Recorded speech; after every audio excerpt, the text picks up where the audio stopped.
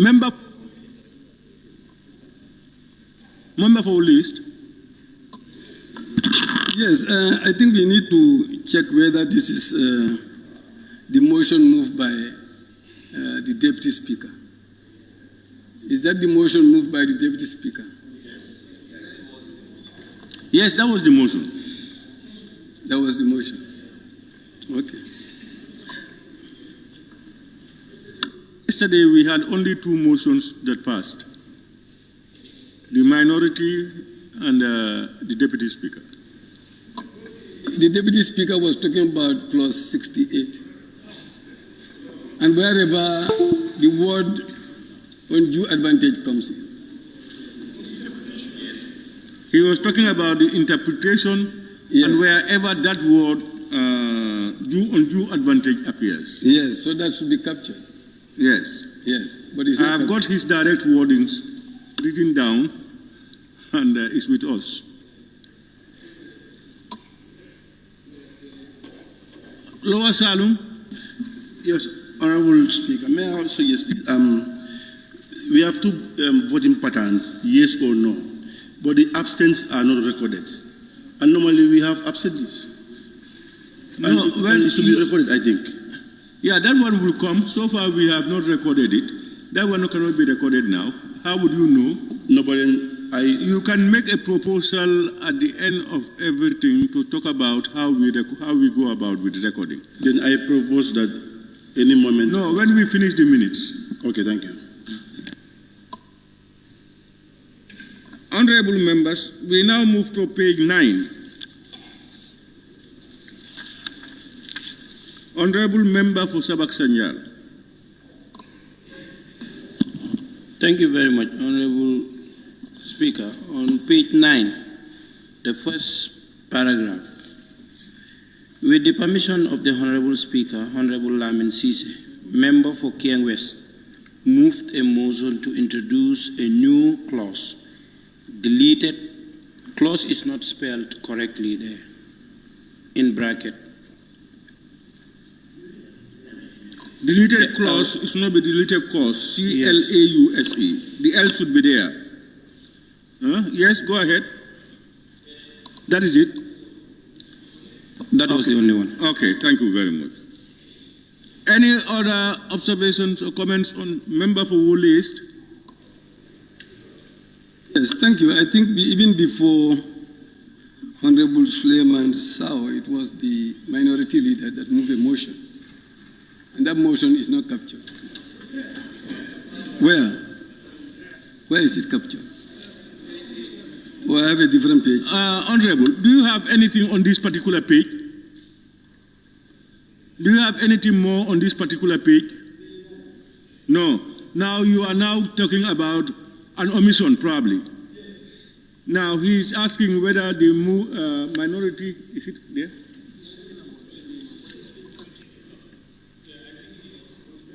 Talking about.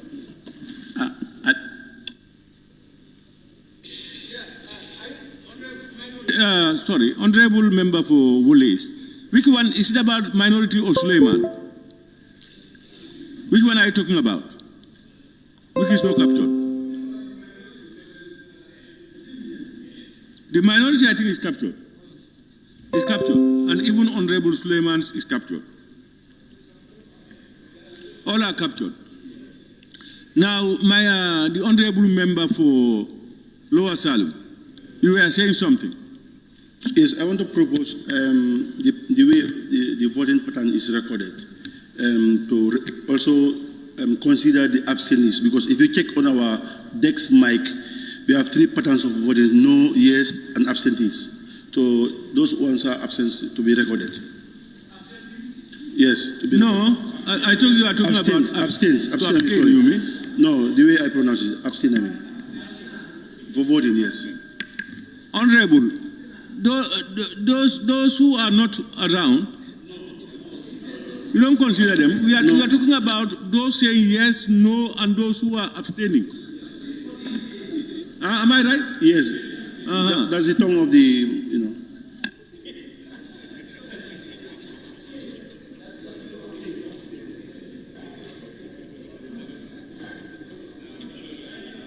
Honorable Member for Same. Thank you very much, Honorable Speaker. I just want to clarify what the Honorable Member for Lower Salon wanted to state. No, it's Honorable Member. It's understood. Okay, all right. It's understood. It's not absenteeism, but those who abstained from voting. He's saying we record those who are agreeing, those saying no, and those who are abstaining. That's what his proposal is. So, Honorable Members, it's on the floor.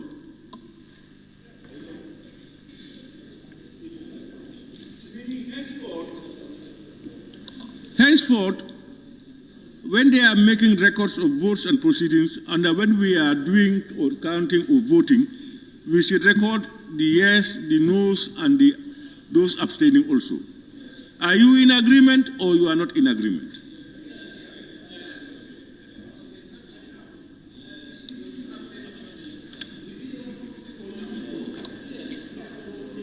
It means silence. It means if there are no objections, it means it's accepted.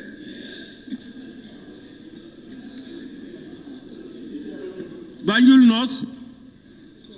Yes, Honorable Speaker. I just wanted to second the motion of the member for Lower Salon. That is in acceptance. He has not moved a motion. He has made a suggestion. If you want it to be in the motion form, sorry, we can ask him to. This is just including in our voting systems. You have it. He's just asking that we include it. Honorable, can you put it in the form of a motion? No, but I think already the unanimous agree now. It doesn't need for motion. Yes.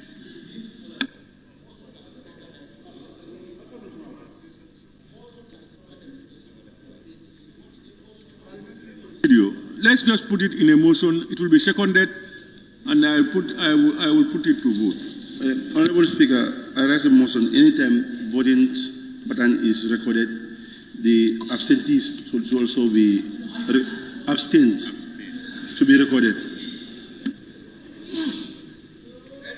Any seconder? Banjul North. Again, I rise to second the motion, Honorable Speaker. Honorable members, it's been moved and seconded that anytime we recording votes, it should include those who have abstained. Those in favor, please say aye. Not in favor, please say no. The ayes have it. We've agreed. Take note. Office of the Clerk. Yes, who is speaking? You conclude on the record,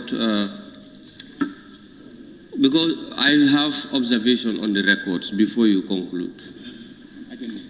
Yes, if you look at the last on the adjournment, at 25 minutes after 5 o'clock in the evening, according to my time when we are closing, it was not 25. It was sometime 5 minutes to 6, because I had moved a motion here that we sit beyond 6, and when I was moving, my time was almost 5:30. Thank you.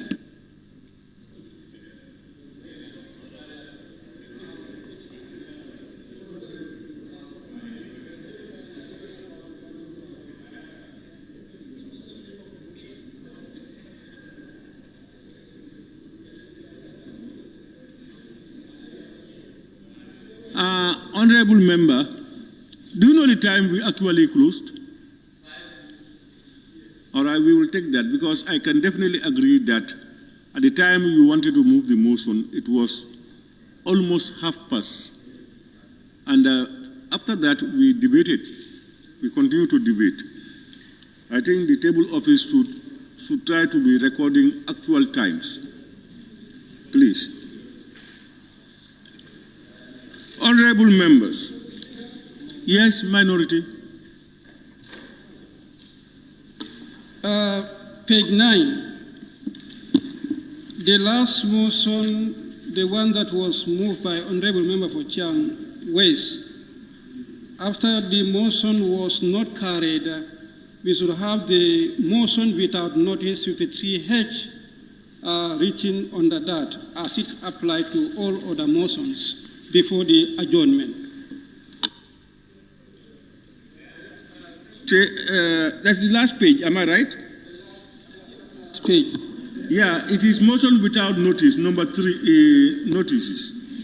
53H. Yeah, 53H. No, where we have it under the motion, not on top. No, please check. That's it. We want to believe that the line drawn separates it from it. It's okay. Okay. Honorable members, it has been moved and seconded that the record of votes and proceedings of the National Assembly sitting of Wednesday, 20th September 2023 be approved with amendments. Those in favor, please say aye. Those not in favor, please say no. The ayes have it.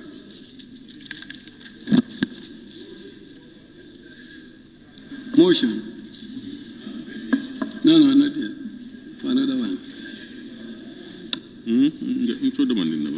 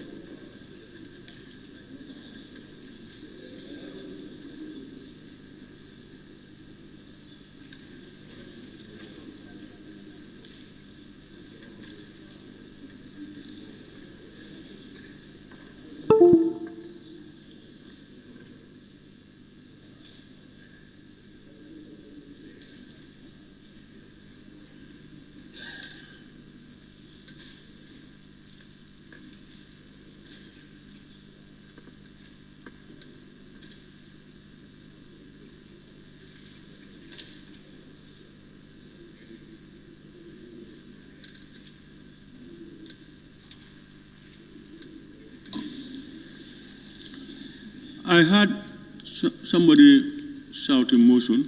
Yes? Is it Woolly East? Yes? Yes, thank you. Under 53K, Honorable Speaker, I want to move a motion that communication from the chair is part of our agenda, everyday agenda, and every time the speaker makes a communication, it should be printed and provided to all the members, not to wait until the answer. That's my motion. So I'm moving a motion so that all these communications are provided in writing to the members. Thank you.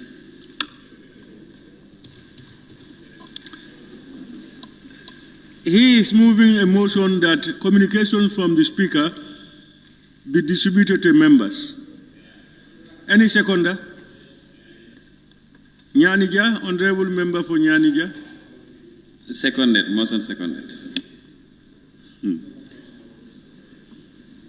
Honorable members, it's been moved and seconded.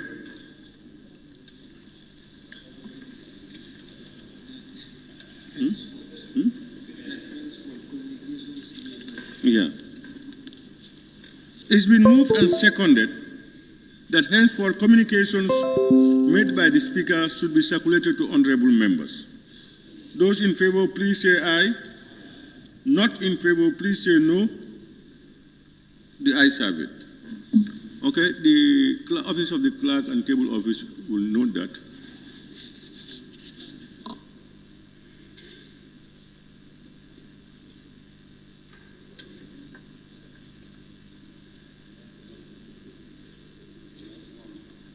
Can we proceed? Bills. Orders 74 and 75. Third reading of the Constitution Amendment Bill 2023 by Honorable Amadou Kamara, member for Nyanija, stepping in for Honorable Alajimbo, member for Upper Salon.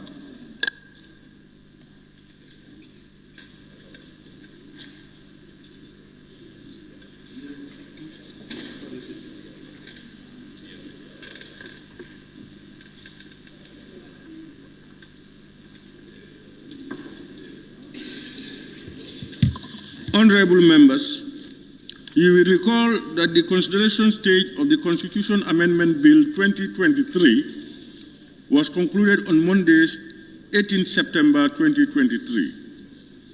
Accordingly, today is appointed for the third reading in accordance with Order 75. I will now invite Honorable Amadou Kamara, member for Nyanija, stepping in for Honorable Alajimbo, member for Upper Salum, to move a motion for the third reading of the bill entitled Constitution Amendment Bill 2023. Honorable member, please. Thank you very much, Honorable Speaker. I rise to move that the bill entitled Constitution Amendment Bill 2023 be read a third time and passed. Thank you. Any seconder? Honorable member for Old Yundum. Thank you, Honorable Speaker. I rise to second the motion. Thank you very much. Honorable members, it has been moved and seconded that the bill entitled Constitution Amendment Bill 2023, having gone through the consideration stage with amendments, be read a third time and passed. Those in favor, please say aye. Those not in favor, please say no. The ayes have it. Clerk, you can read the short title of the bill. Constitution Amendment Bill 2023.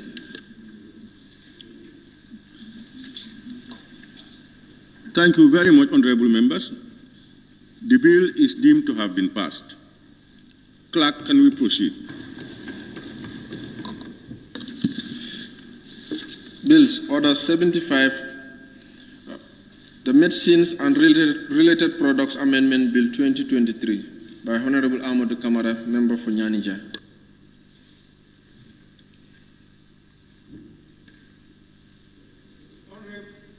Honorable members, you will recall that the consideration stage of the Medicines and Related Products Amendment Bill 2023 was concluded on Monday, 18 September 2023. Accordingly, today is appointed for the third reading in accordance with Order 75. I therefore now invite Honorable Amadou Kamara, member for Nyanija, to move a motion for the third reading of the bill entitled Medicines and Related Products Amendment Bill 2023. Honorable member. Motion. Thank you very much, Honorable Speaker. Motion. Okay. I rise to move that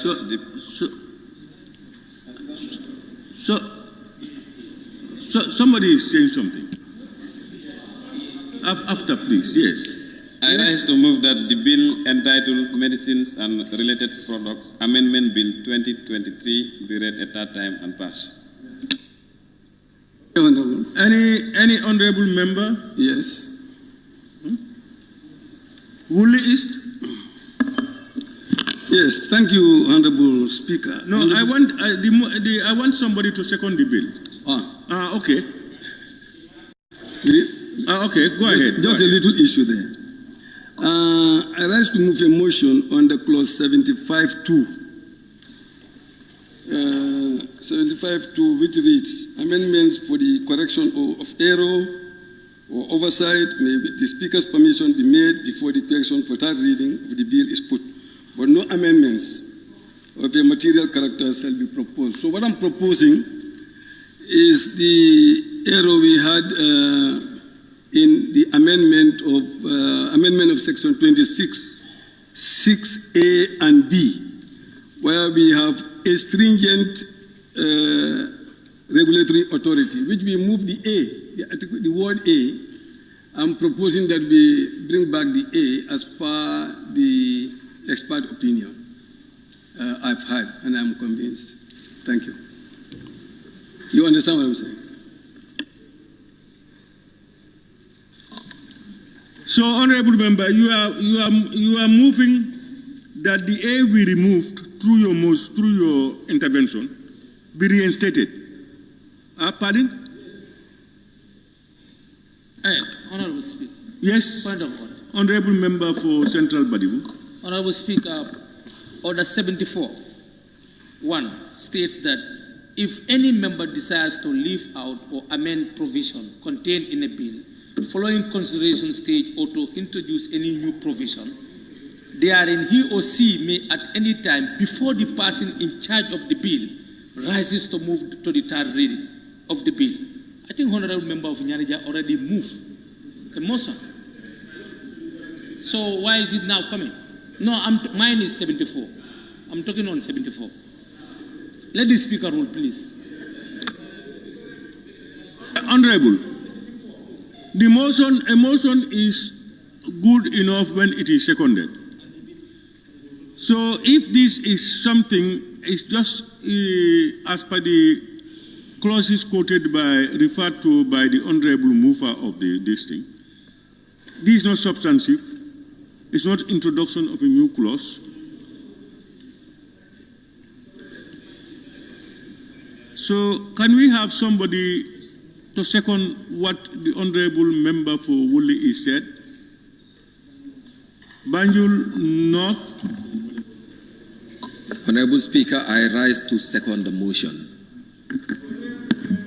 It has been moved and seconded that with reference to amendment to the Medicines and Related Products Amendment Bill 2023, Section 3,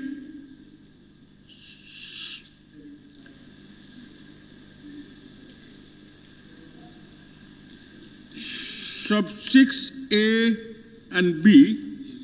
A, which should read, shall list the countries it considers to have stringent regulatory authority, should have A should be reintroduced, a stringent regulatory authority, and the same for B, to have a stringent regulatory authority from time to time.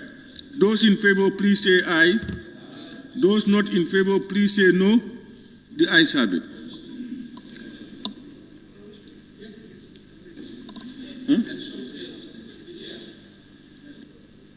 And yeah, just I have forgotten who are those who, but we have not voted.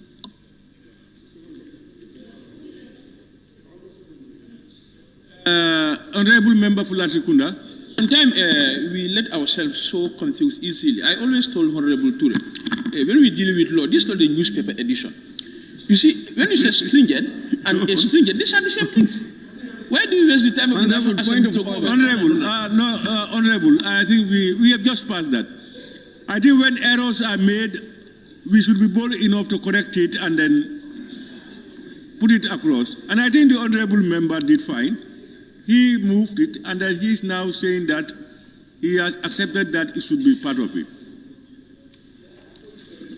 It was, I don't think it was ill-intentioned. Honorable member for Nyanija,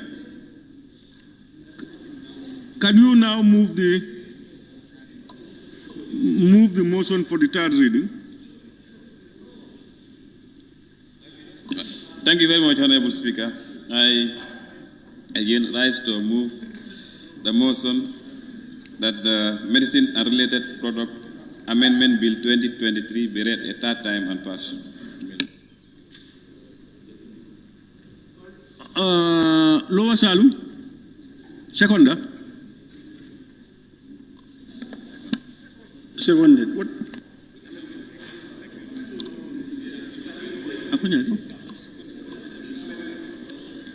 Honorable members, it has been moved and seconded that the bill entitled Medicines and Related Products Amendment Bill 2023, having gone through the consideration stage with amendments, be read a third time and passed. Those in favor, please say aye. Those not in favor, please say no. The ayes have it. Clerk, can you read the short title? The Medicines and Related Products Amendment Bill 2023. Honorable members, the bill is deemed to have been passed. Thank you very much. Clerk, can we proceed? Motion on the adjournment debate. Standing Order 54 Be it resolved that this August Assembly do stand adjourned, signed by the Honorable Minority Leader and Member for Birkama North. Honorable members, in accordance with the provisions Motion. motion, pardon? Sorry. Okay. Somebody is saying something.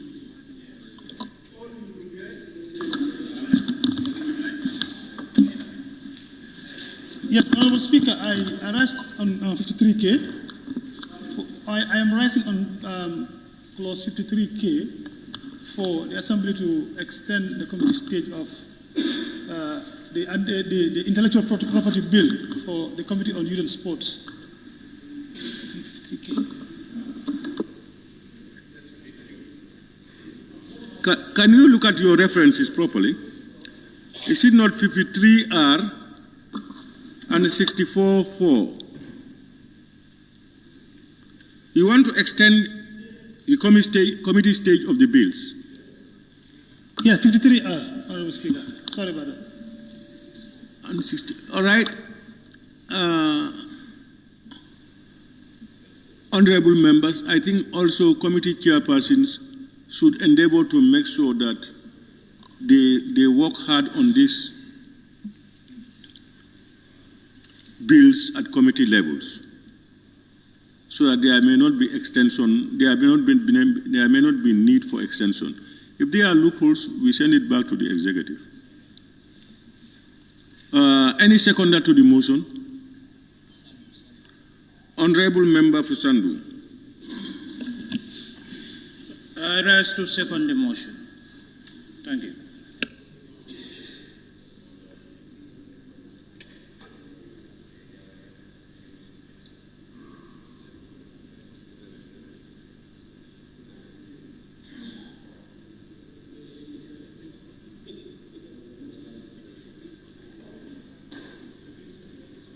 Honorable members,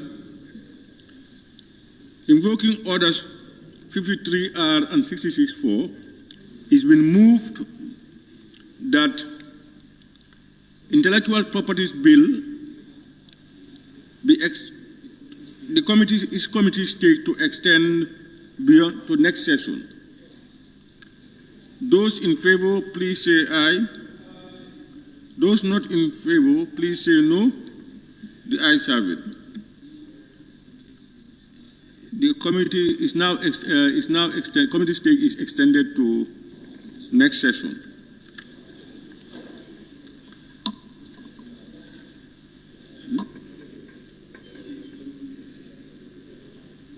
Honorable Member for Serekunda.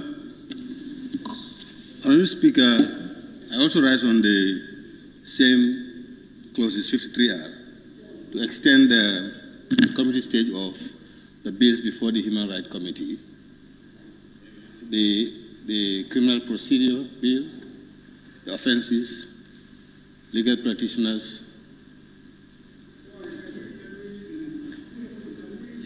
criminal procedure bill, and the offenses bill. Criminal procedures bill. Yes, and the criminal offenses bill. Procedures bill. And then? Offenses bill. Criminal offenses bill. And the legal practitioners, legal practitioners bill, amendment bill, before the legal committee of amendment bill. Human Rights and Constitutional Matters. Practitioners amendment.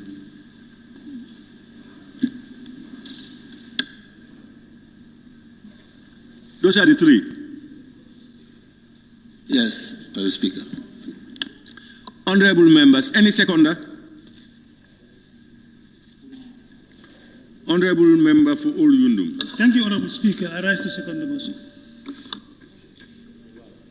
Honorable members, it's been moved and seconded that this Honorable Assembly do consider to extend the committee stage of the Criminal Procedures Bill, the Criminal Offences Bill, and the Legal Practitioners Amendment Bill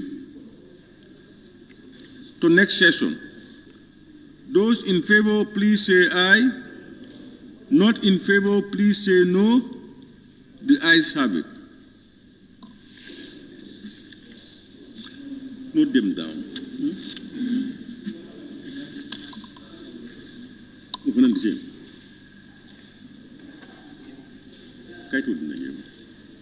Yes, Honorable Member for Latrikunda Sabiji.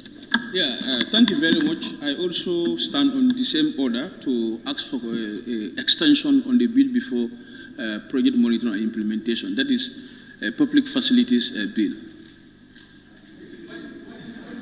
Bill? Huh? Public facilities bill. Public facilities? Yes, bill. That is before the project monitoring and implementation committee.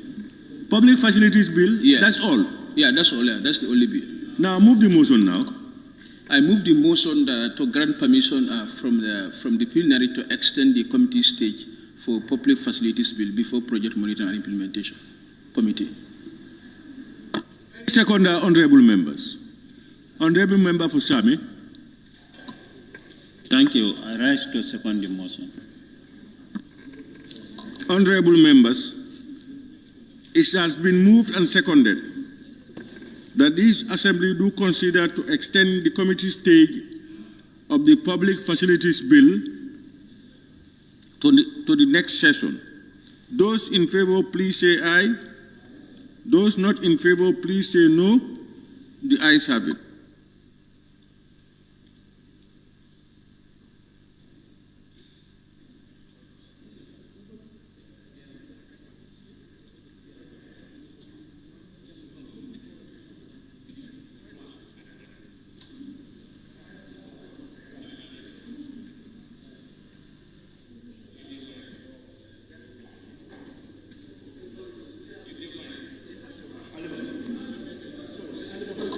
Honorable Member for Opanyomi. Thank you very much, Honorable Speaker.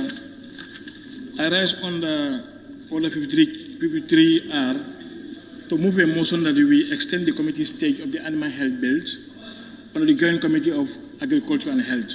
Thank you. What is the name of the bill? Animal Health Bill. Health Bill.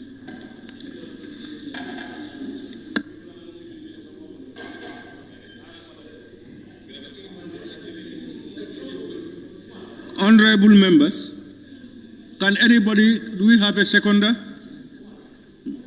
Honorable member for Kian Central. Thank you very much, Honorable Speaker. I rise to second the motion.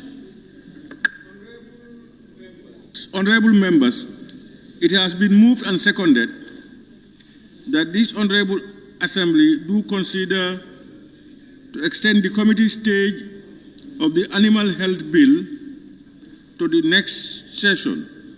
Those in favor, please say aye. Those not in favor, please say no. The ayes have it.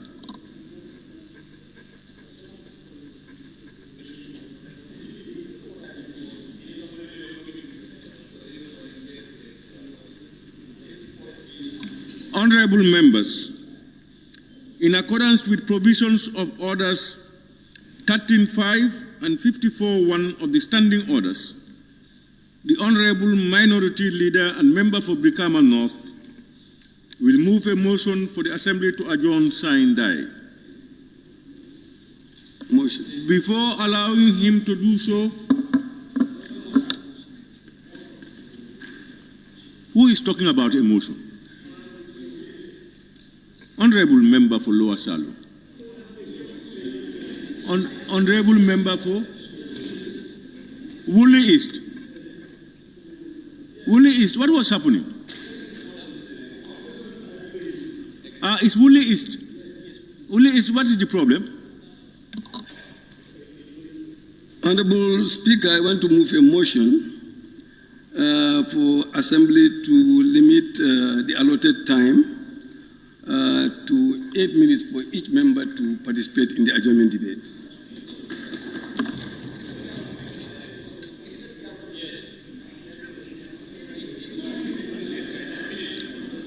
Honorable members, whatever it takes, we are going to finish today. Whether we regulate ourselves or we don't we will sit to finish. Yes. And those that used to speak and then go away, they will be the last to speak today. I have noted them down.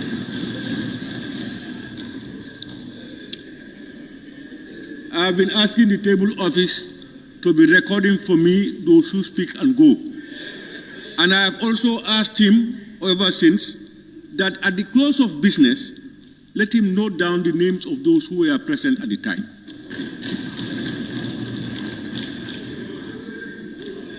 That is for our records.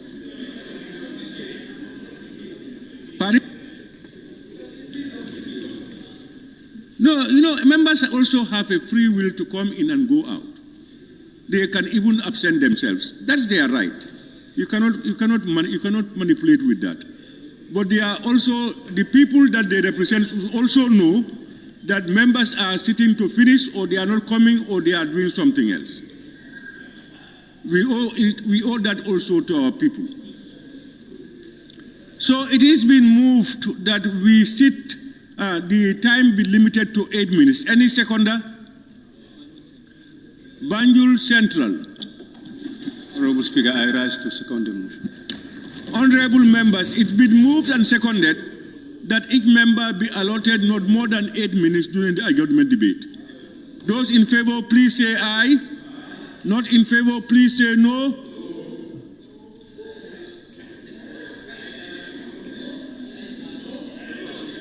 The ayes have it. Honorable Speaker. Division, please.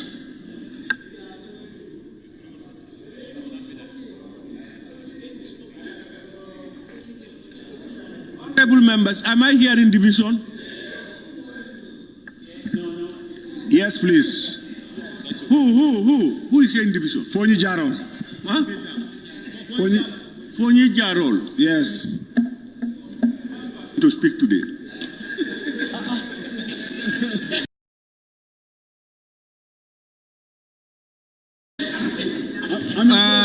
Division now. Those in favor of the motion moved and seconded, you can raise your tax.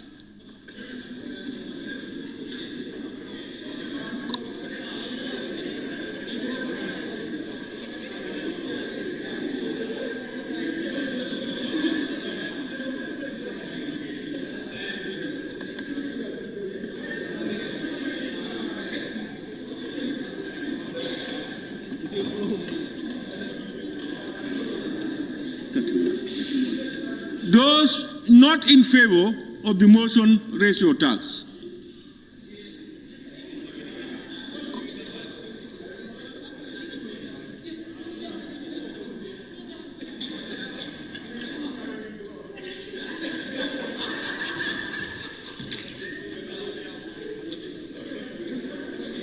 Those abstaining from voting, raise your tax. Abstention.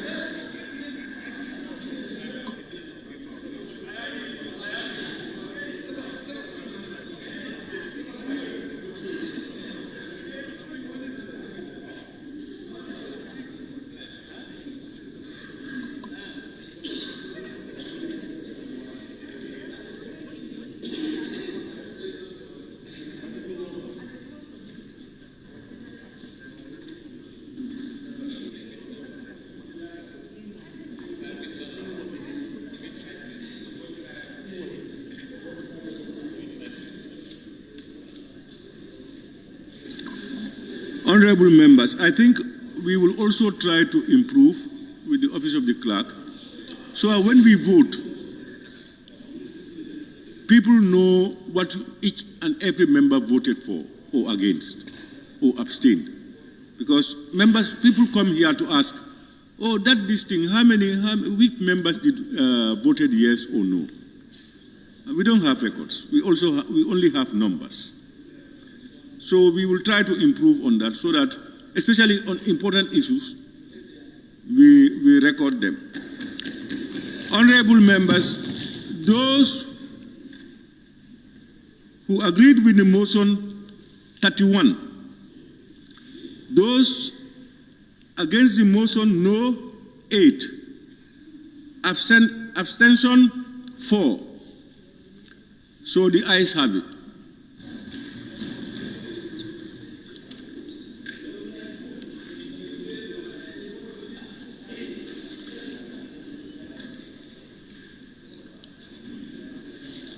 Honorable members, as I said, in accordance with the provisions of Order 13.5 and 54.1 of the Standing Orders, the Honorable Minority Leader and Member for Brikama North will move a motion for the Assembly to adjourn sine die. But before doing so, I wish to draw the attention of the Assembly to Order 54.3 of the Standing Orders, which reads, during the debate on the motion on the adjournment debate of a session, no honorable member in this particular issue shall speak, no honorable member shall speak more than 15 minutes, except that the Speaker may, at his or her discretion, allow the mover of the motion extra time for his or her reply. But this time, no member shall speak for more than 8 minutes. With my discretion, due to the exigency of time, honorable members, I wish to appeal to honorable members to be judicious in their interventions and make maximum use of their time and avoid repetitive deliberations. Finally, honorable members, I want to take note of the relevant provisions of the standing orders regarding the adjournment debate. May I now invite the honorable member for Brikama North and Minority Leader to move the motion for this Assembly to adjourn sine die. What? He said, only raise your hand. Thank you very much. Honorable Speaker, I rise to move a motion for the adjournment of the Assembly sine die pursuant to sections 98(1)(b) of the 1997 Constitution and in accordance with orders 13.5 and 54.1 of the Standing Orders 2019 as revised. Honorable Speaker, aware that this August Assembly began sitting during the third ordinary session from the period 4 to 22nd September 2023, and further aware that the second ordinary session was scheduled by the Assembly Business Committee to complete business today, and further appreciating that this August Assembly has during this session dealt with almost all the business scheduled in the agenda, and considering the global annual agenda of this August Assembly, and especially the statutory well-deserved annual recess for the honorable members, I invite the support for this timeous motion. Honorable Speaker, honorable members, throughout the deliberations of the Assembly during the third ordinary session, the Assembly considered and adopted records of votes and proceedings of the daily sitting as required by Order 35.2 of the Standing Orders. Honorable Speaker, considering Section 77(1) and 4 of the 1997 Constitution, Standing Order 24, and this Assembly's quest to ensure greater scrutiny and accountability towards the executive, we continued the courteous but thoughtful interaction with the executive, receiving His Excellency, the Vice President of the Republic, and honorable ministers who answered to oral questions and attended to other business related to respective portfolios. Honorable Speaker, in a similar disposition, the Assembly administered oral questions and answers sessions with honorable ministers as it concerns their respective portfolios, departments, and agencies, according to Standing Order 41.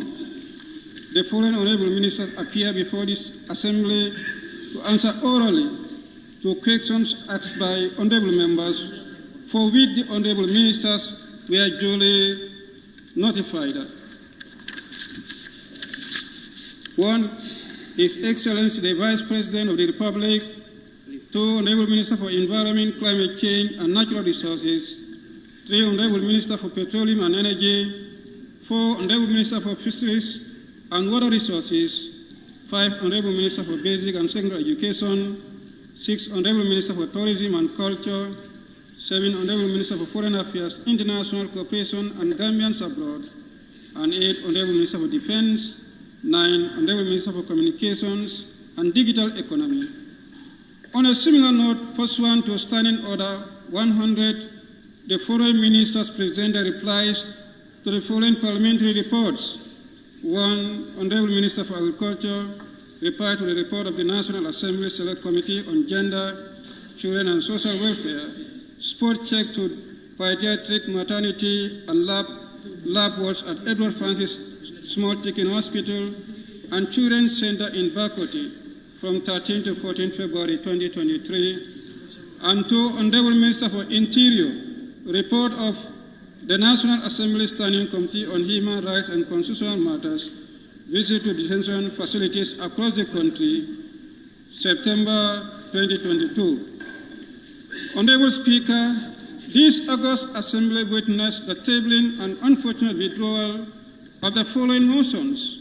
One, motion to ratify the Arms Trade Treaty Agreement ATT by the Honorable Minister for Defense. Two, motion to ratify the agreement between the Government of the Gambia and the Swiss Federal Council on Cooperation in Migration Matters by Honorable Minister for Foreign Affairs, International Cooperation, and Gambians abroad. Three, motion to ratify Arms Trade Treaty Agreement ATT by Honorable Minister for Defense. And four, motion to ratify the African Road Safety Charter by the Honorable Minister for Transport Works and Infrastructure. Five, motion to ratify the UN Road Safety Convention on Road Traffic 1968. Six, motion to ratify the UN Road Safety Convention on Road Signs and Signals 1968. Seven, motion to ratify the UN Road Safety Convention on European Agreement for International Carriage of Dangerous Goods by road 1957, all by Honorable Minister for Transport, Works and Infrastructure. The Assembly ratified the motion to ratify the UNESCO Convention on means of prohibiting and preventing the illicit import, export, and transfer of ownership of cultural property by Honorable Minister for Tourism and Culture. Honorable Speaker and Honorable Members, in terms of bills, this August Assembly considered the following bills during the session: the Judiciary Officer Remuneration and Order Entitlement Bill 2023 by the Honorable Attorney General and Minister for Justice, the Constitutional Amendment Bill 2023 by Honorable Alhaji Mbo, Member for Upper Salem, and the Medicines and Related Products Amendment Bill 2023 by Honorable Ahmad Kamara, Member for Nyanija, and finally Anti-Corruption Bill 2023 by Attorney General and Minister for Justice. Honorable Speaker, just recently, the two bills have been passed this morning: the Constitutional Amendment Bill 2023 by Honorable Alhaji Mbo and the Medicines and Related Products Amendment Bill 2023 by Honorable Amadou Kamara, members for Upper Salem and Nyanija, respectively. Honorable Speaker and honorable members, the following reports of the undermentioned parliamentary committees were considered and adopted. One, report of the Finance and Public Accounts Committee on the 2019 audited accounts of the government, Auditor General's report on COVID-19 response, phase 2, annual activity reports and audited financial statements of the public agencies, institutions, area and municipal council by the chairpersons of the committee.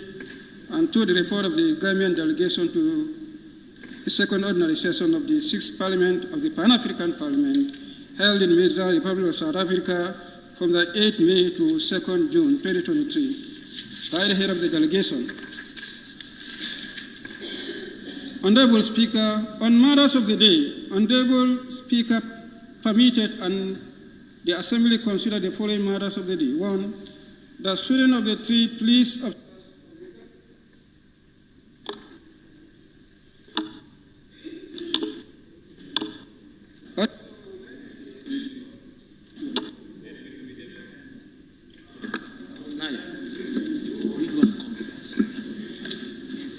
Honorable Speaker, sorry for that.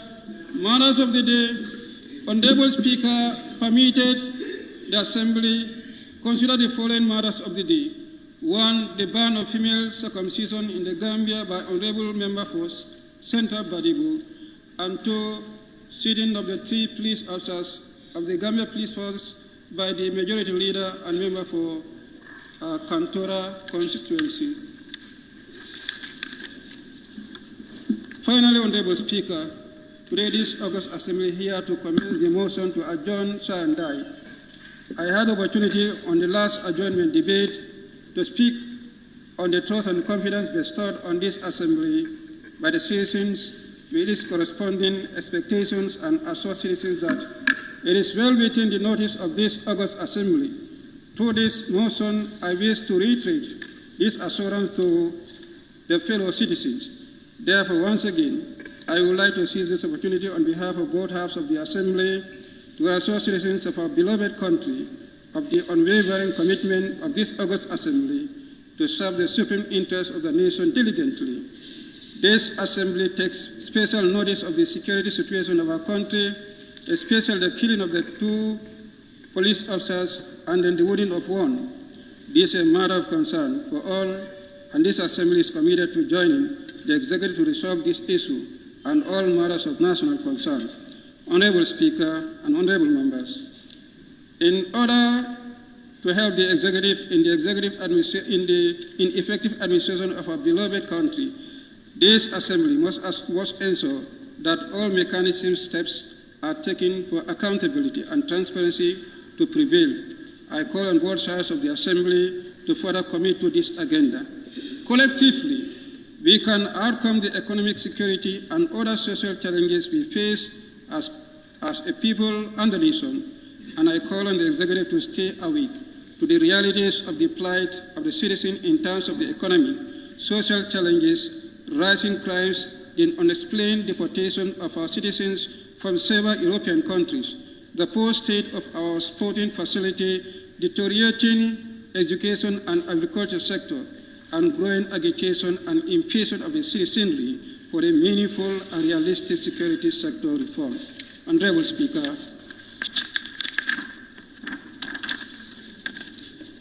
I thank fellow honorable members for their foresight and dedication to duty during this session.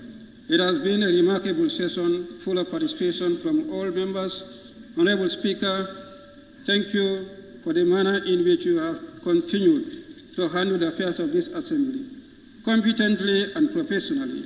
I pray that Allah, the Almighty, grants you the strength and wisdom to continue steering the affairs of this Assembly. I equally extend the same appreciation to Deputy Speaker for competently deputizing for you severally during this session. Thank you. Honorable Speaker and honorable members, I also would like to thank the Clerk of the National Assembly, his deputies, and the entire staff of the National Assembly Service for all support and services rendered to honorable members during this session. On that note, I thank you, Honorable Speaker, and I beg to move.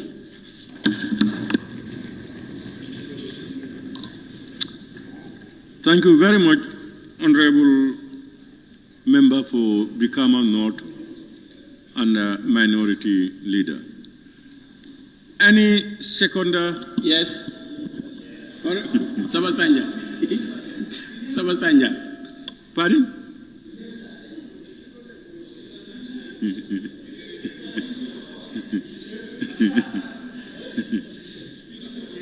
I call upon the Honorable Member for Sabak Sanjal. Thank you very much, Honorable Speaker. I rise to second the motion and also to participate in the debate. Honorable Speaker, I want to thank the mover of the motion, who is Honorable for Bikamo North, and also to thank all honorable members who has worked tirelessly during the time of this session, and your humble self, Honorable Speaker, and the entire staff of the National Assembly. Honorable Speaker, I would like to also use this opportunity to pray for those that lost their lives by an attack meted on them by an individual, and to pray that Allah grant them Jannatul Firdaus. It has been also brought to my notice that the Honorable Minister of Agriculture is brief that his brother also passed away. I pray that all those that lost their lives be granted Jannatul Firdaus. Honorable Speaker, I want to bring to the attention of the National Assembly that it is heart-touching in my constituency at the moment as we speak, that some of the students who are traveling from those villages going to Farafenye to attend secondary school, they're finding it very difficult at the moment. The reason is that considering the distance from Farafenye to Sabah Ward, as I always bring this to the notice of the National Assembly members and also to the chair of the Education Committee to take note that actually Sabah Ward is also part of the Gambia, and the people in Sabah Ward are really suffering at the moment because we don't have any secondary school in that ward, Honorable Speaker. And this is definitely worrying. Honorable Speaker, Section 30 of the Constitution, if you may allow me to read, states, and I quote, that subsection B, secondary education, including technical and vocational education, shall be made generally available and accessible to all by every appropriate means, and in particular by the progressive introduction of free education. But, Honorable Speaker, this has not been realized in the whole of that ward in Sabah. To the Minister of Energy, we realize that there is what you call the Rural Electrification Expansion Project. But we have seen that some of the villages in my constituency are not benefiting at the moment. It's like the cable is just running through, jumping from one village to the next, and not actually covering all the villages. So we want to put it to him that at least let them consider those villages that are not yet benefiting. To the Ministry of Agriculture, we thank them for reducing the fertilizer, because in Sabah Sanjal we have most of us depend on farming, but also we are urging them to give us a better price for groundnut, because we are expecting a very heavy harvest this year. So we want them to give us a better price, inshallah. To youth and sports, we don't have any skills training center in Sabah Sanjal, no mini stadium. And they should not only be concentrating in Banjul and the Combos. We have potential Gambians, potential youth in our constituency. Of recently, one of our great footballers has been, shined by Real de Banjul, and I want to congratulate them for that. To the Minister of Finance, the Badia project. There was a facility that we shined, that we approved at the National Assembly, and still now we have not seen it, being beneficial to the Gambians. I'm urging the Ministry of Finance to make sure that they fast track so that at least we can benefit from that facility. which is to help Gambian businessmen to import basic living commodities at a cheaper price. At least that process should be speed up so that we can start benefiting from that. And also the smart farming project, which is to be launched by Ministry of Agriculture. They should also consider areas in the rural areas where we have also secured land for them at no cost. So we are definitely looking forward to some of the major developments and the major projects that are coming. And to the foreign affairs, they should also ensure that partners respect the integrity of our land, especially those that are in Europe. Members are here suffering to get their visas to go to the European Parliament. This is a call of concern. We want the Ministry of Foreign Affairs to engage their partners to make sure that those members who are part of the European Parliament will find it easy to get their visas whenever they are called for a meeting or so. Honorable Speaker, I also want to pray for that lady, that police woman who was shot and is currently lying on the beds of the hospitals, to also regain and get speedy recovery. With those simple remarks, I thank you so much for giving me the opportunity. Thank you. Thank you, Honorable Member for Sabak Samjal. Honorable members, it has been moved and seconded that this August Assembly do consider the motion for this ordinary session to stand adjourned, signed, die. Those in favor, please say aye. Those not in favor, please say no. The ayes have it. Any honorable member who wishes to take part in the debate now may do so. I have a list of about 33 so far.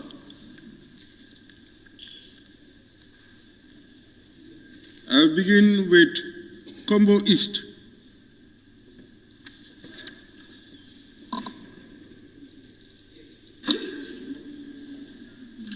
Thank you very much, Honorable Speaker, for giving me the floor. I must commend my colleague, honorable members, who has been successfully attending this third ordinary session 2023. Honorable Speaker, I must... Honorable members, I heard people gossiping about the calls. Honorable, it has nothing to do with table office. Honorable member, you know that.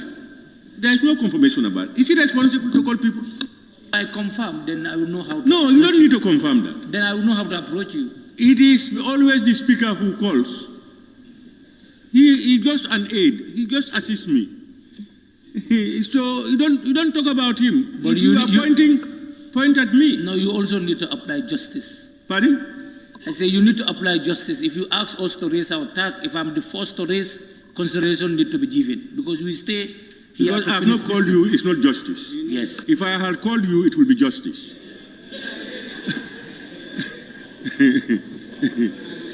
And you know very well, Honorable Member for Central Badibu, that it says, whoever catches my eye first. You can be in front of me, I'm not seeing you.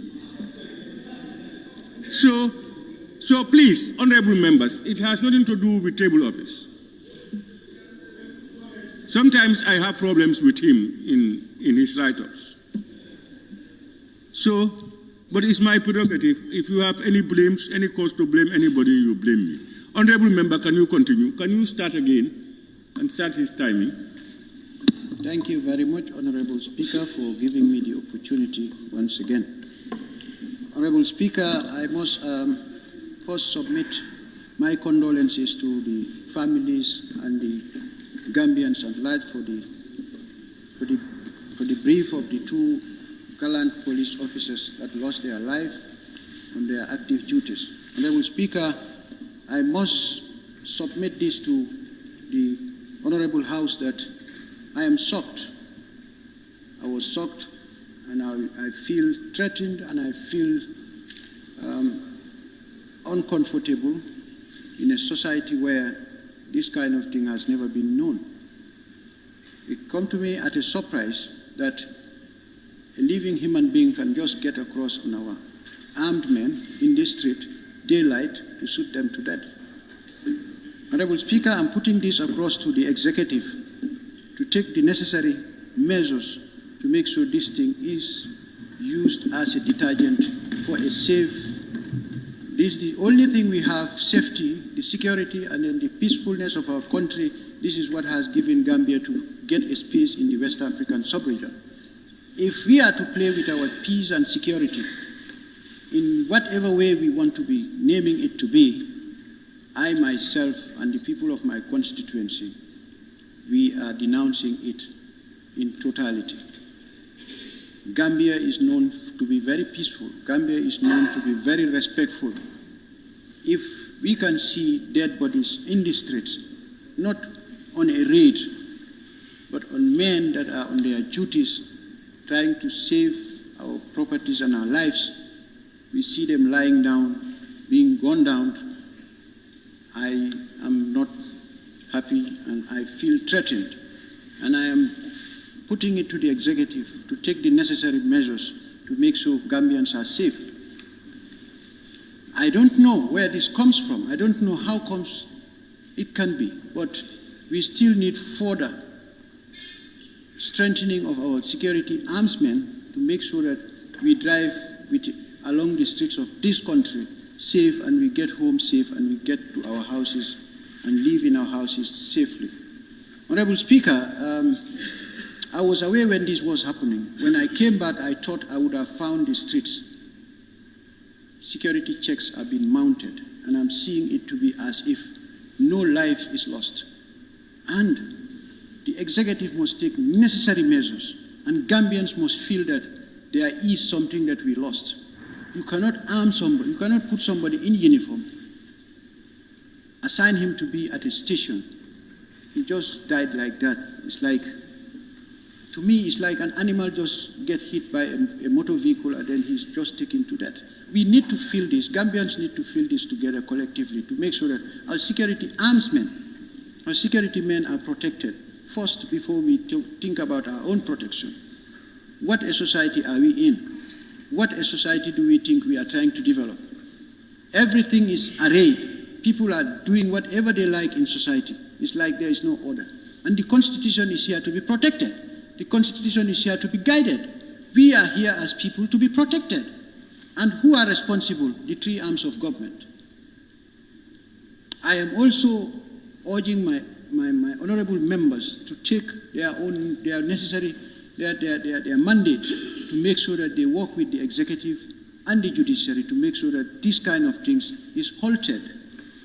Gambians, we are known for our peacefulness. The Gambia is a smiling coast for Africa.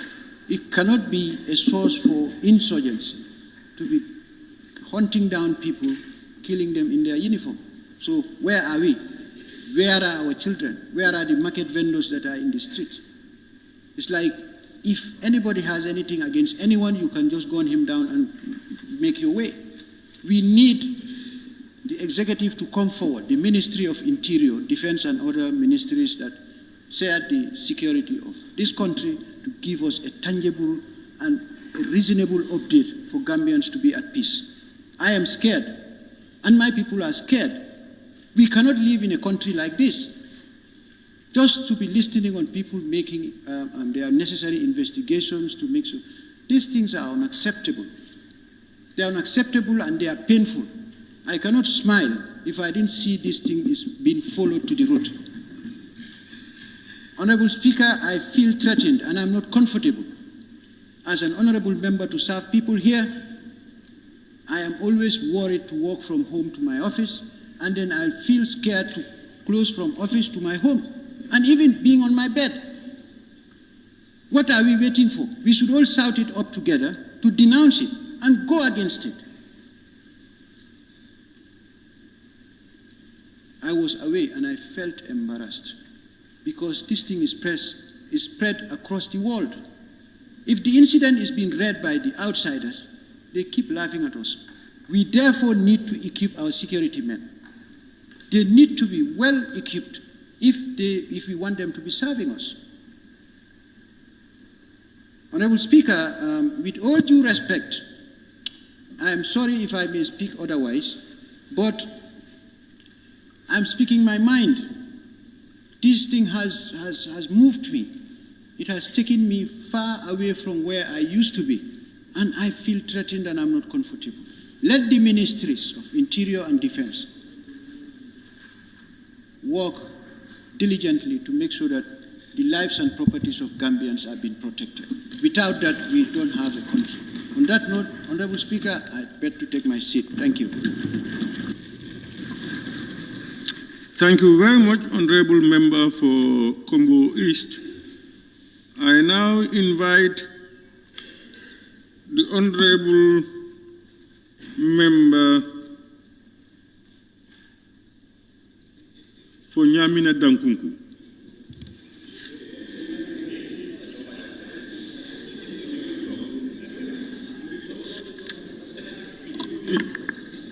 Thank you, Honorable Speaker, for giving me the floor. Honorable Speaker, let me thank my colleague, the Office of the Clerk, the media fraternity, both print and electronic. Honorable Speaker, I will start where my colleague stopped from Kombo East with regard of the shooting of these paramilitaries at the Sukuta traffic light. I was first of all send condolence to the families. Honorable Speaker, it is really threatening now if the people that should secure us are not secured. That's a very serious trend. And then I believe our security men should be dressed as security personnel. Because if you see how the incident happened, these people were there trying to protect the country. But they themselves, they were not protected. Because if they were there with their pistols, that guy who attacked them would know that definitely the people that I'm going to attack are armed.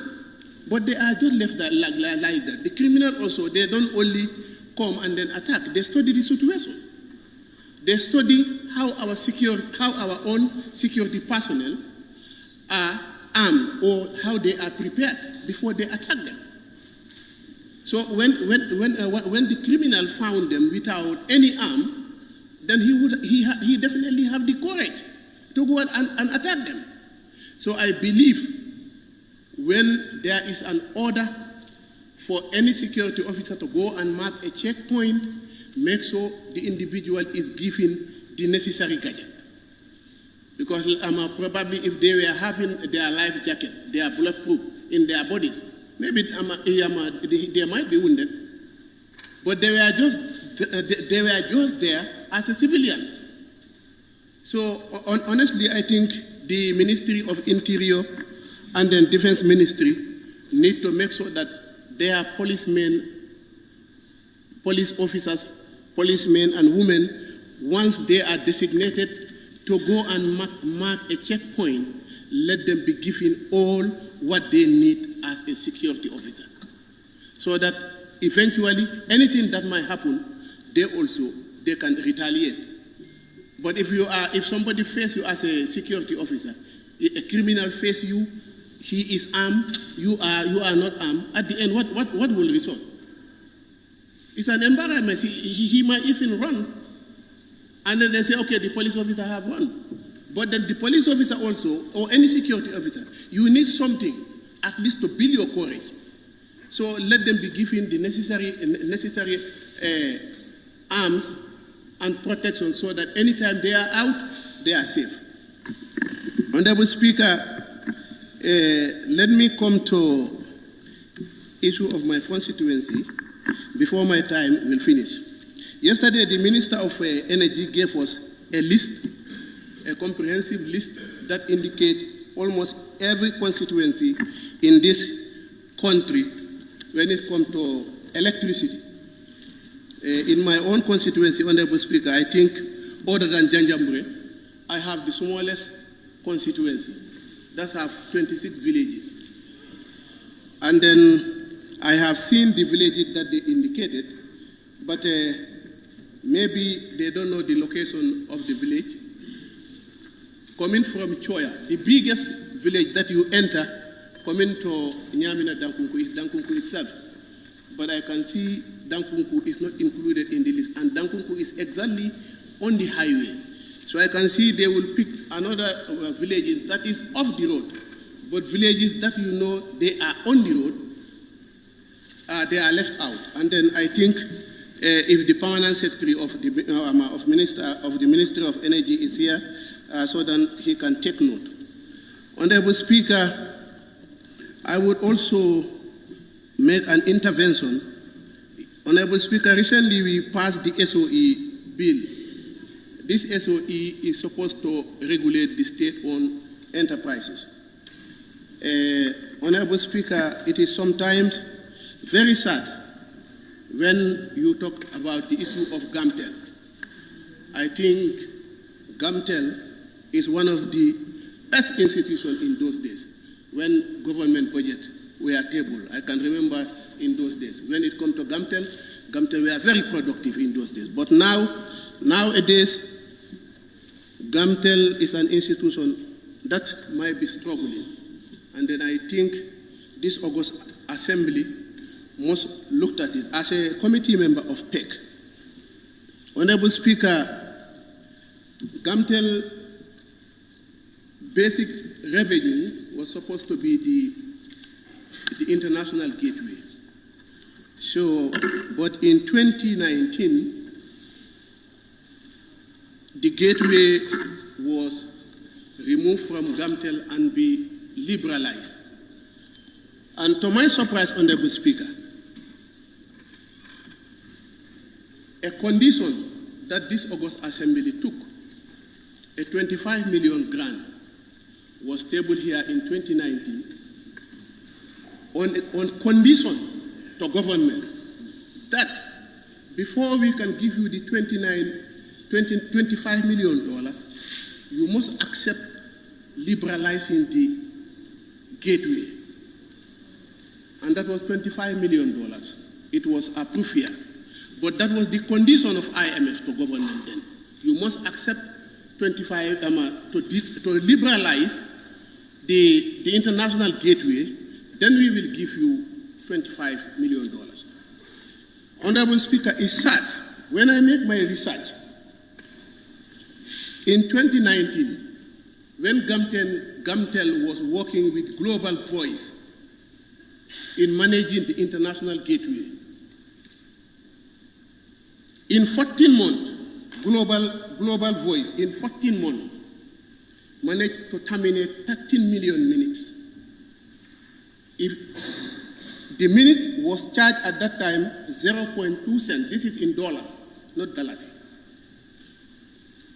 The net revenue generated was $34 million, 520,674.5. Then GAMTEL as an institution received $14 million, 614.89.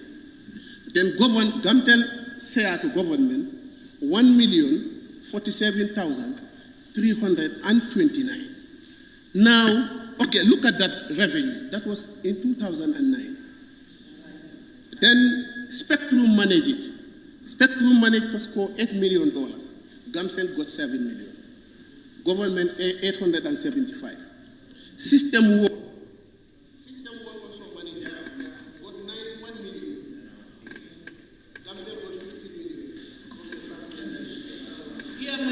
Honorable, your time is up. 30 seconds round up.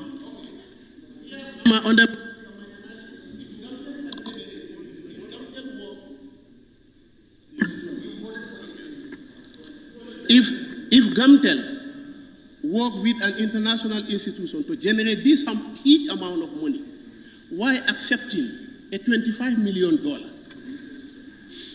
a $25 million on a condition grant, and which this August Assembly approved without being informed. This was the condition then. So look at that huge amount of money.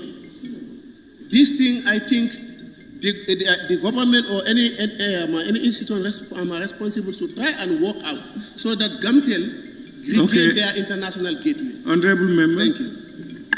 Thank you very much, Honorable Member for Nyamina Dankunku. I now invite the Honorable Member for Nyani. Thank you very much, Honorable Speaker, for giving me the chance. I would like to seize this opportunity to join my colleagues in paying a condolence to the bereaved families and also to wish our dear sister speedy recovery. On behalf of the people of Nyani, I would like to thank National Road Authority for helping us to construct a culvert in one of the most deadly waterways between Karawa and Sanda. Honorable Speaker, looking at the education sector in this country, less than 1 week ago, the worst results are released. Statistically, out of the number that registered, over 17,201 registered, 16,405 sat to the exam. Out of the number that sat to the exam, is only 921 students that met the university requirement, giving it a percentage of 5. If this is the trend in which our education sector is moving, time will come, we'll find it very difficult to feed our university. We definitely need to look at the education sector. The country cannot move without education. Looking at the welfare of teachers, Honorable Speaker, the house rent for $250 is, even the smallest village in Fonyi, you cannot get a house there for $250. I urge the Minister for Basic and Secondary Education to look at that issue. The staff quarters and other welfares of teachers, which are of great concern, really need to be looked at. Honorable Speaker, moving forward to the health sector, the only regional hospital that we are hoping on, that's Bansang Hospital. During the recess time, I was in Bansang. I spent some time there at the hospital. If you look at the nature of the hospital, unavailability of drugs, everything you have to go and buy. Sometimes I wonder the management there or what is actually wrong with the system there. Electricity is on and off. In a night, you may experience it 2, 3 to 4 times on and off. And it is very deadly in a hospital like Bansang, missing electricity for even 30 seconds, because if it met them on operation, so many things can happen. That issue also is an issue that definitely need to be looked at. Honorable Speaker, over to my area now, constituency Nyani. I thank the Honorable Minister, at least for energy, for pushing up that percentage from 8% at least to 26% that we are expecting to benefit from electricity. Compared to what happened before, because out of the 87 villages that we have, we now, at least 23 villages will be benefiting from electricity, which gives it a percentage of 26%, which is at least better than the 8% that was in place. In our health center as well, Kuntaur Major Health Center, it is very hard to believe and very hard to accept that our pregnant women there are giving birth on naked iron beds. I went there the other time. When I get to the labor ward, so those iron beds, they are not covered with anything. I wonder, how will you experience or how will you expect somebody in labor with that pain lying on those dry beds to give birth? It's an issue that definitely needs to be looked at. We have a building as you are just entering. It has been started, they have started the building so long. The minister has been there, I went there with him, but still now, nothing is done about that building. I always ask myself, when will that building to be completed? It's a question that needs to be answered, and definitely we need consideration in that particular area. Honorable Speaker, the other issue here is the unfinished battle-hardened highway, the number of accidents that are recorded in that particular highway. Day in, day out, almost every day, there will be an accident in that particular area. What is wrong with our drivers? Anything that affects the drivers, they will get strike. Anything that affects the population, they will not talk about it. I'm urging and hoping to hear from the transport union to say something about that particular issue. We cannot be losing our Gambians. We cannot be losing our people in the same highway. A highway that is not yet finished. A highway that is under construction. The vehicles are just knocking people there day in, day out. Hardly a day ends without hearing a particular incident or accident in that particular area. Honorable Speaker, looking at the road network, I've been singing it here, and I will continue to say it, because we are the only constituency that is unfortunate when it comes to road network. Apart from the highway that split and goes to Janjambure, there is no other connection. We are losing our people. We are losing our pregnant women. I've said it here in the other debate. When someone died as a result of cervical tears, because the individual is to be carried on a donkey cart before we reach at the hospital, she died. Looking at the nature of the road, the condition of the road, sometimes when I'm there, my car is labeled as an ambulance. I said yes, because at least no matter how it is better than using a donkey cart or using a horse cart to the highway.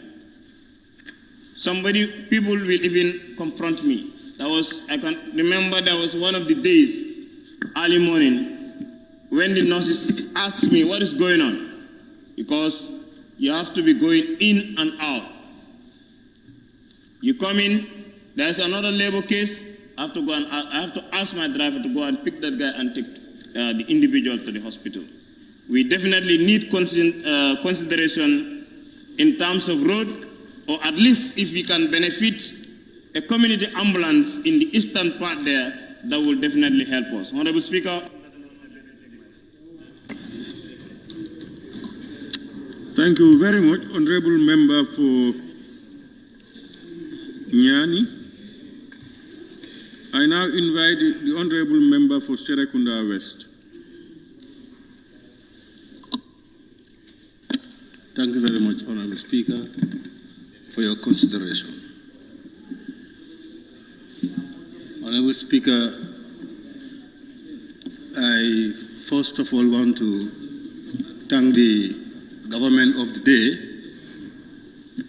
for coming up with a travel ban, owing to the fact that the state has been spending a lot of money on travels. But the fact that the government is recognizes that and took a very bold step to come up with that ban, I think they need to be thanked for that. These are the kind of thinkings we are expecting from the government so that we can progress. Honorable Speaker, however, I would also want to suggest to government that the ban on travel is a good measure, but then let them also consider the downsizing of delegations and also the frequency of travels. If that is also factored in future, I think we'll save a lot so that monies that go into those kind of travels can be plowed into our development sector. Honorable Speaker, I also want to thank the two sides of the House, particularly the FPAC, with the very good and strong resolutions that were passed here. Since we have, as a government or as a country, we've lost a lot of money. And we need to put a stop to that. With those resolutions, I think that will also serve very well in terms of recovering and saving future reckless spending of public funds. Honorable Speaker, however, I was thinking that the FPAC will also be able to capture in their reports the unretired impress that has been sitting in people's pocket for over 7 years now. I remember in 2017 when we came here, this unretired impress that are still with people was at the tune of $31 million. But as at the end of April of this year, it stands at 21 million. I did promise that I was going to list all the names, call out all the names that are holding this impress. But after a second thought, I will not read the entire list, but I will pick on few who has the highest amount of impress still with them. Among them is Dr. Njogu Elba, who is still holding $5 million impress, not retired. Again, there is another Ibrahim O. Kamara, who is also holding $5 million on retired impress. Honorable Speaker, there are some with hundreds of thousands of dollars, some with $1 million, and so on and so forth. If you accumulate all of them, it's over $20 million in people's pocket, monies of taxpayers, which was given to them to carry on a function. And we all know the circumstances around impress. You are given impress, you go. When you come back, you retire with receipts and other things. But if still we have over 20 million sitting in people's pockets, some of whom are no longer working with the government, this is really terrible. And I think the FPAC report should have captured that. And a resolution also should be attached to that. Even though they told us in their previous reports that they have an argument with government or with Minister of Finance. But the members of parliament are not privileged to those arrangements.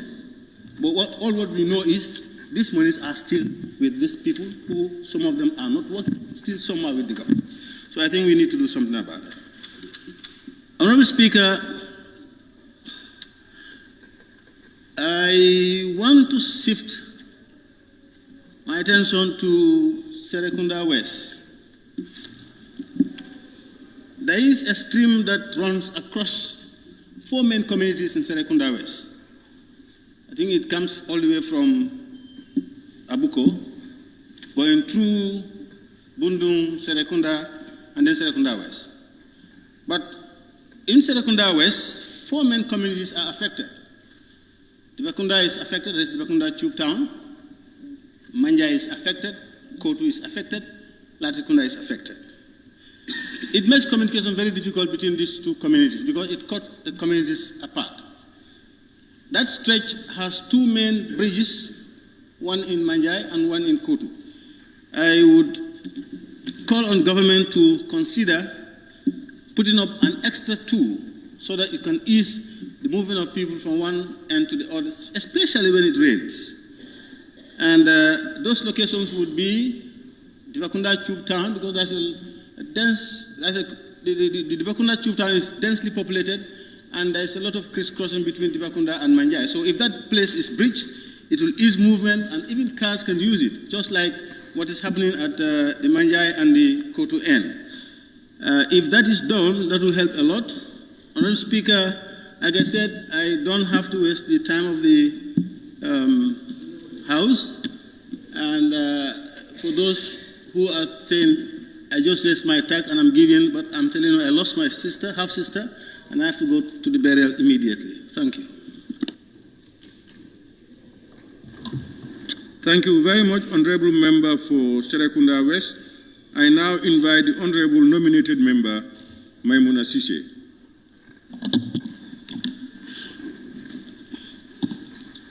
Thank you, Honorable Speaker, for giving me the opportunity. I would like to join my colleagues to extend my sincere condolences to the grieving families. May Allah have mercy on their souls. I would like to have a special prayer for my niece, which is the only surviving female officer, and wishing her a very speedy recovery. Honorable Speaker, I think the predicament we found ourselves in this country at this juncture is all geared from the hate speech. The hate speech is consuming the country, and I think it's a cause of a concern to every one of us. What we found ourselves in on the 12th of September is a very new thing to Gambia. It's hard to believe if a Gambian can have a heart, have the mentality to hurt a fly, much more a human being, much more a police officer who was there to protect you and your properties. Honorable Speaker, the hate speech is an alarming bell in this country. And anytime it rings, the greater danger our country is. Gambians, we were shocked that fateful day. I can remember in my younger age when we had a murder case. When somebody is murdered and the culprit is arrested, normally they put the person with the same vehicle with the car, at least for them to be scared. By seeing somebody whom you kill is lifeless now, sitting in front of that person, that trauma alone will deter people doing such. But nowadays, the political hatred in this country will plunge this country into chaos one day if we don't remedy what is happening. Honorable Speaker, my appeal will be to the government and the Minister of Interior to capacitize their men in uniform for them to perform their duties, what Gambians were expected from them. Hadn't been that fateful day, out of that 3 officers, somebody was armed. I bet somebody could easily gun down the culprits. But they are armless, they are defenseless. What do we expect? And as long as we are going the way we are going, if the situation doesn't change, this is a signal of a sectarian violence. This is the way it starts. Somebody will start it at the corner, another person will be around somewhere. It's a chain walk. I am seeing more to this because I spent a little time in West. Some of these operations, this man is not alone in this. Either we believe it or not, or later, but there is more to this.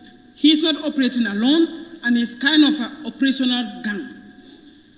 And the way, according to the press conference I listened to from the police, you know, when they are doing such an operation, they have their way in and way out.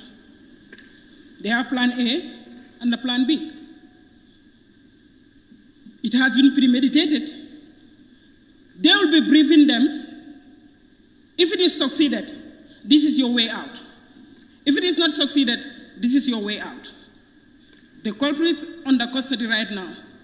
He is calculating what he is supposed to say and what not to. And now on this, on endless democracy we thought we have, is putting the Gambia into a problem. Let the government take the responsibility. Every position comes with the responsibility. We are begging the Inspector General of Police, let them leave, don't leave any stone unturned. Let them save the Gambia. They are the only source we rely on. But if our men in uniform are scared even to perform their duties, then we are not safe where we are heading in this country. The Inspector General of Police, we are calling you loudly. I am soundly calling you. This case is a murder case and it's a test case for Gambia. This is the first experience Gambia will ever have. We call it as a, people condemn that it's a terror attack, but I'm saying it's a terror attack. Nobody should doubt that. This is not the Gambia we know. Gambians cannot be so heartless to this point, but it's all emanated from somewhere, the hate speech. We have seen some members, even belongs to this honorable house here, writing certain comments on social media, and which we thought that we are the foundations, we are the pillars of the law and security of this country, because we are the lawmakers. If the lawmakers they themselves can write on their social media pages, advocating for eye to eye on our security forces, it's pathetic. And I think there is a laws and ethics in this National Assembly that should deter us. We need to be honorable, not only be calling for honorable or the clothes we are wearing as an honorables, but our performance, our deliverance need to show who we are. We have to respect these chambers. This chamber is where people looking at us, giving us the title and the mandate to serve them. Let's respect ourselves. You don't have to love the country and not the president. You don't have to love the government, but love the country you belong to. Peace is priceless. We all are here shouting. But when there was no peace, we all look for sanity where we can find a refuge. On that note, Honorable Speaker, I will continue shouting for the Inspector General and his security apparatus. Let us put more effort. If it is necessary for them to invite the international forensic investigators to come and investigate to save.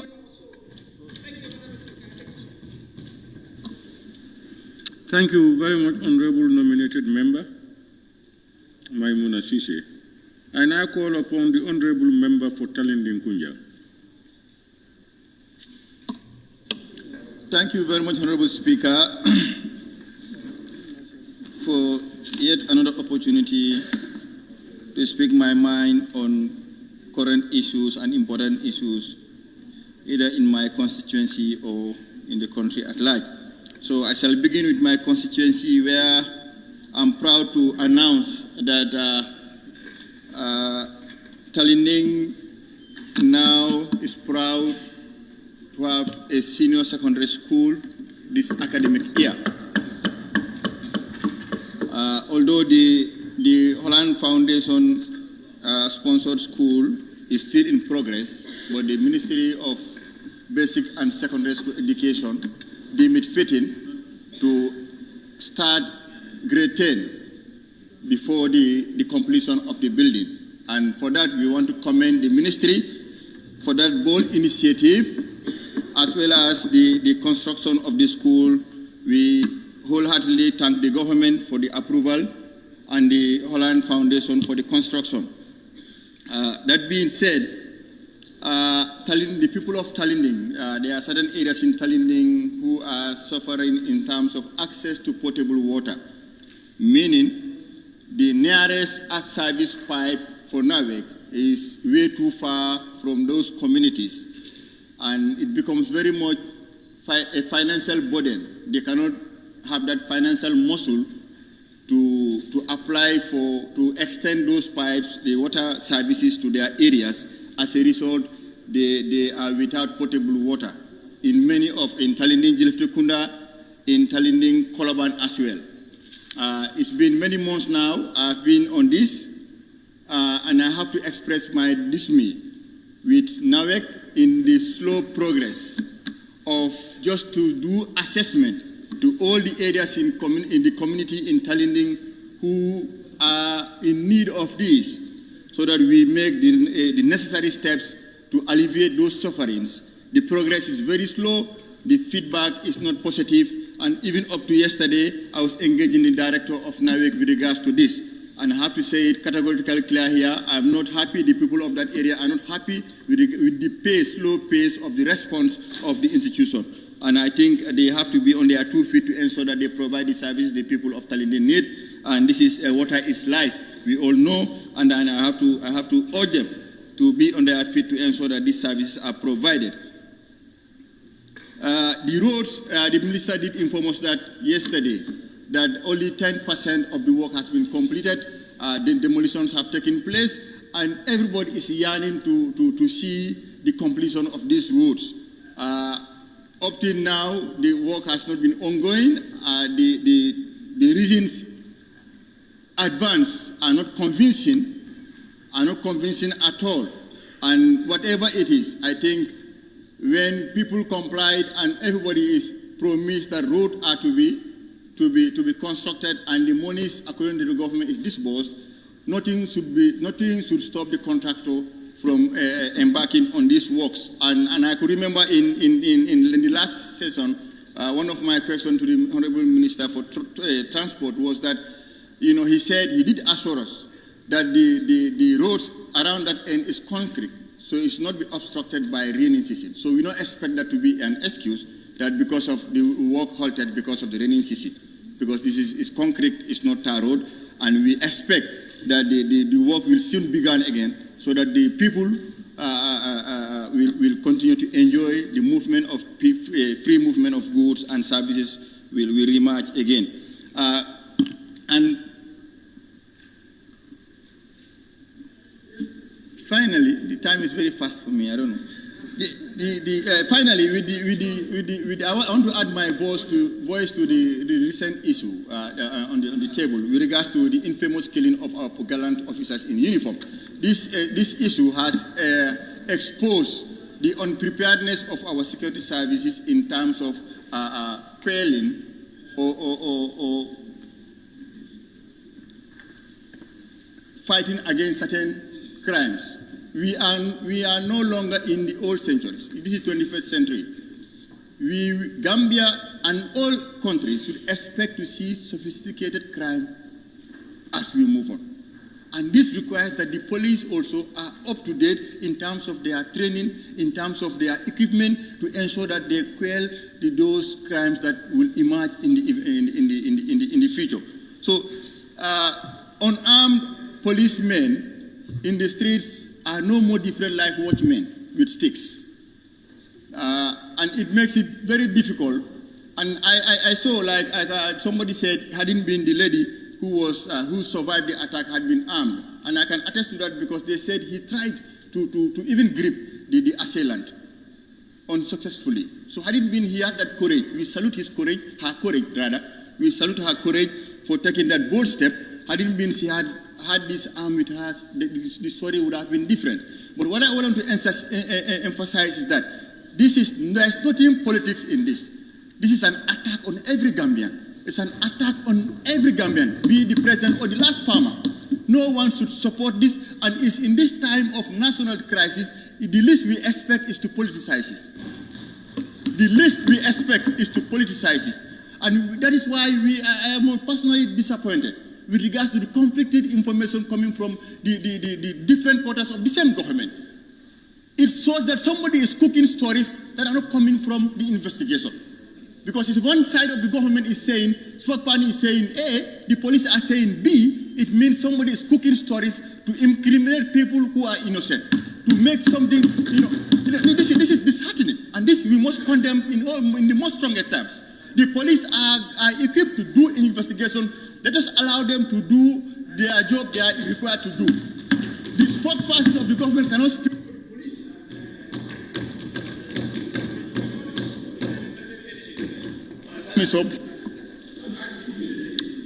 Thank you very much, Honorable Member for Talinding. I now invite the Honorable Member for Brikama South.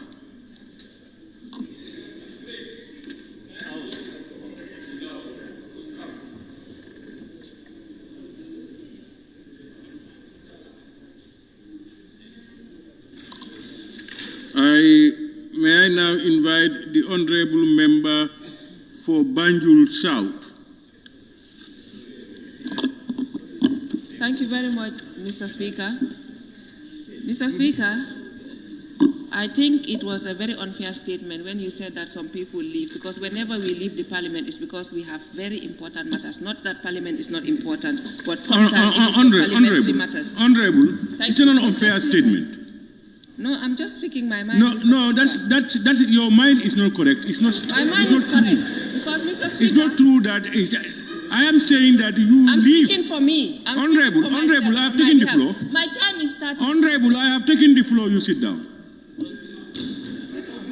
Honorable, you may express your mind, but your mind should be to yourself. You cannot say I express my mind to allege against people. I have not, then are you one of those people who are not coming? Because I have not mentioned any member. And then if you were not coming, you are not taking permission not to come. So please, and that's what the rules that regulate us, that's what it says. You cannot just come and say anything you want against people. No, it's not a fair statement. And more so, I have not called your name. You only felt guilty. Yes, did I call anybody's name? Please take the floor. You cannot. Mr. Speaker, thank you for giving me the floor. Mr. Speaker, I'm going to address the Minister of Basic and Secondary Education. And thank you, Mr. Honorable Member for Nani, for pointing out on the appalling result, which last week I asked a question on, and the minister blatantly denied that. I've been vindicated because the results yet again have been appallingly poor. We are very interested in the education of our children, and I think we should remind the Honorable Minister that the education of our children are very important, and we want her to, again, going back to my question, to revisit the curriculum and make sure that she is giving our children the education that they deserve, the education that they need, and giving the teachers the remuneration that they deserve, what they need to ensure that our children are well educated. Because a least educated children is a bleak nation, and we want our children to be given the same education that I was given in primary school and in high school. I have never been into any private school. I went to government school, in primary school and in high school.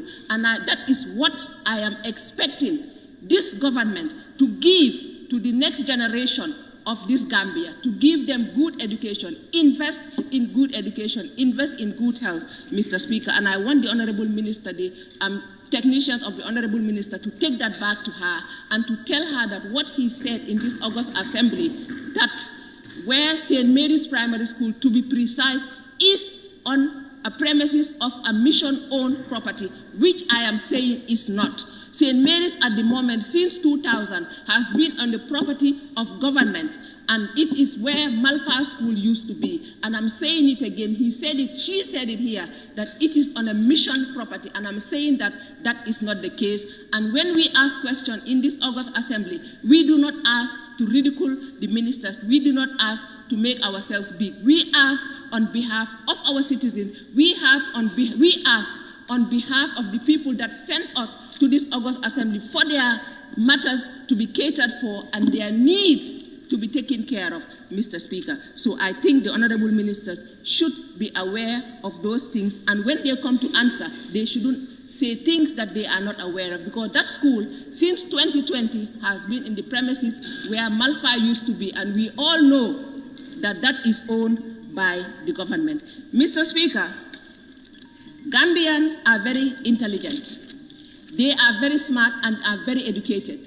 So I am wondering where those people are for them to serve us in these ministries, to represent us in these ministries, for them to deliver. Because even in the Constitution, it is said that before you are giving a ministry to man, you should be competent in that field. The minister is very competent in that field. So why is she not delivering? So what I am saying is, when you are given position, you are blinded. And I would say corruption. And you are blinded by the fact that you want to hold on to your job at the expense of the nation. When you are given a position, put everything aside and serve, because you are being paid to serve us and to deliver. And Mr. Speaker, what I'm saying is 3 consecutive years, the WASIC results have been appallingly poor. And my colleague just mentioned 5%. Come on. Last year it was about 4-point-something%. And I heard the minister say that there's improvement. Improvement in what? Less than 1% increment? Is that what they give to their own children? Mr. Speaker, I spent a lot in my child's education because they are my children. The children of the Gambia are the children of this government. And it is the duty of this government to invest in them. My government, the government I grew up in, invested in me because I never paid for school fees. I went to government primary school. I went to Gambia High School. I never paid a dime. That is why I am here today, being able to express myself. And I want in 10, in 15 years' time, somebody else, somebody's child, to come here and stand and represent this country. But unfortunately, this government is not doing so. Mr. Speaker, I will also join my colleagues to condemn the killing of these policemen, and also join them to make sure that it is not politicized. We are not blaming any government. We are blaming ourselves for not protecting the police. So what I am appealing this August Assembly to ensure that the budget of the interior is fully equipped to ensure that most of the things that they lack are given to them. And Mr. Speaker, road safety. Mr. Speaker, I see some of the National Assembly members driving, covering their number plates, and that is against the laws of this country. Mr. Speaker, we should lead by example. When we drive, we shouldn't hide. I am proud to say that I am being given a car by the office, and if the public is against it, well, that is their opinion. I shouldn't hide that I'm driving a National Assembly car. I do my work, and I deserve it. Whatever other people think, yes, that is their opinion, that is their problem. But, Mr. Speaker, I think we should lead by example and stop covering. We are not covering the benefits that they are giving us. The allowances we keep, so the cars we should expose for the public to see. Thank you very much, Mr. Speaker.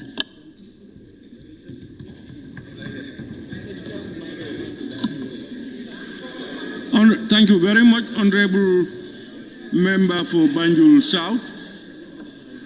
Honorable members, thank you very much, Honorable Member for Banjul South. Honorable members, we'll be here for long today. Yesterday, we had to stay until finish when most people could not have their meals and pray. We will suspend session for now and go for prayers and lunch. It's already 14:30, 2:31, 22 going. When do we come back?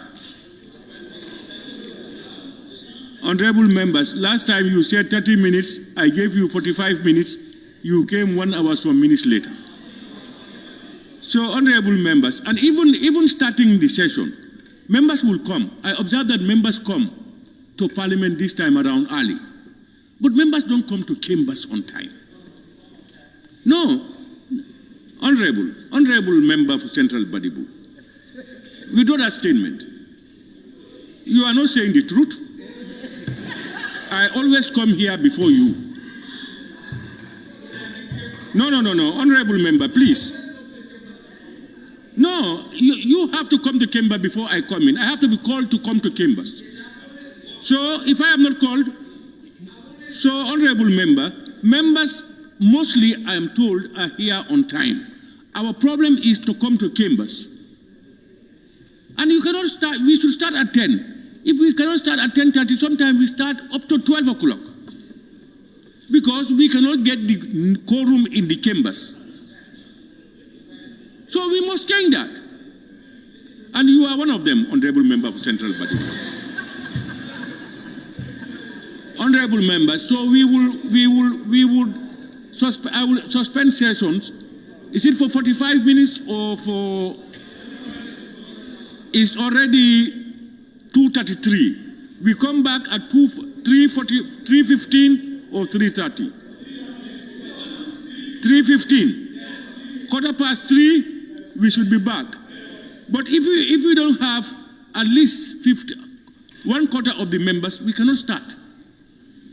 So if you can have about 16 members here, at 3:15 we will start immediately. The House now stands suspended until 15 hours. Islamic Microfinance is